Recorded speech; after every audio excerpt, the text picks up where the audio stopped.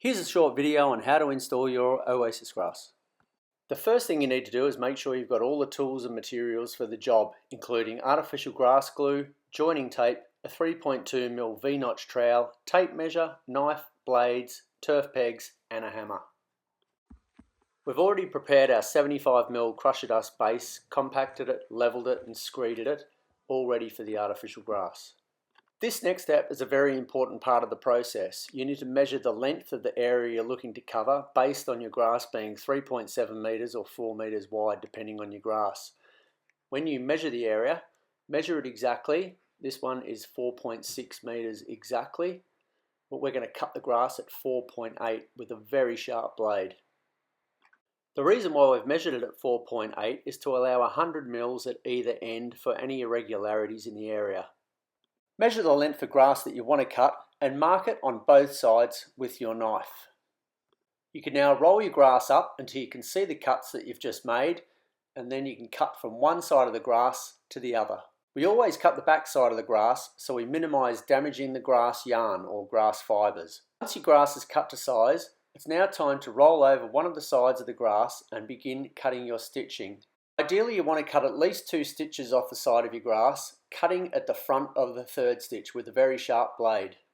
Your cut needs to be accurate, running the length of the stitching close to the stitching as possible. When you lay grass, the grass pile should always face toward the greater field of view so it has the most natural look. The back side is always shiny, the front side is a lot more natural, and that's the side you want to be looking at. It's now time to roll up your grass and put it into position in the area where you're going to lay it. In the next couple of photos you can see how I've left enough overlap so we can cut the grass to fit. Next you want to cut off any large pieces of overhanging grass.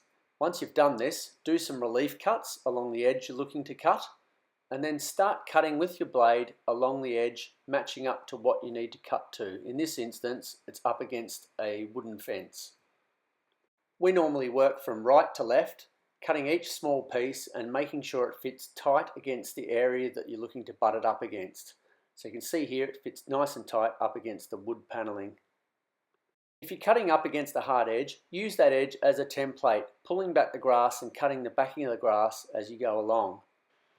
Here's an example of when you pull back the grass, cutting the back of the grass with your knife and keep pulling that grass back and following that edge of the paving.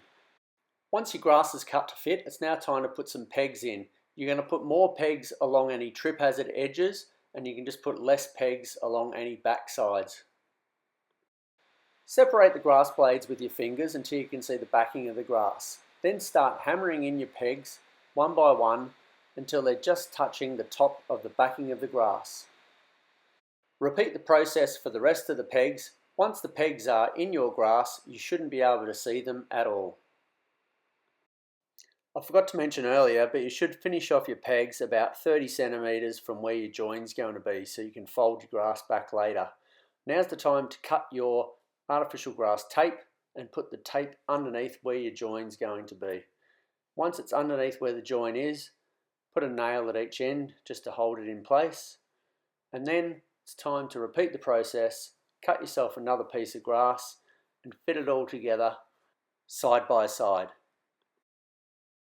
Once you've got both grass pieces together, you shouldn't be able to see the join. You should have approximately 3 to 5 millimeter gap between the stitching, and it should blend together perfectly when you look at it from every direction. Now that you've got your grass pieces in place and you've put more pegs in, it's now time to do your join. You're going to fold back both pieces of grass. Once you've folded back both pieces of grass and you can see the joining tape, get your tin of glue. Keep your foot on it while you open it so it doesn't blow apart everywhere, and put a bit of glue onto your trowel. Once it's on your trowel, apply the glue about 1 stitch back on your grass, as well as covering the back of the grass. Also cover the joining tape with your glue. It's very important that you don't put glue on the outer edge of your grass. If you do this, you risk glue spurting out between the join when you put the join together. Start by putting one side of the grass down once you've got all the glue done. And then once you put one side down, you're ready to put the next side down. This is much easier if you've got 2 people. Do it very gently. Overlap one over the other. Once both sides of the grass are down, massage the grass fibres with your fingers until they interlock together and you can't see the join from any angle. You can then use your body weight to step along the join to fasten the backing of the grass to the joining tape. Once you've done this, get your next section of grass ready, and then you're all complete. If you'd like any more information, please see our website or email sales@oasisgrass.com.au or phone the office. Thank you.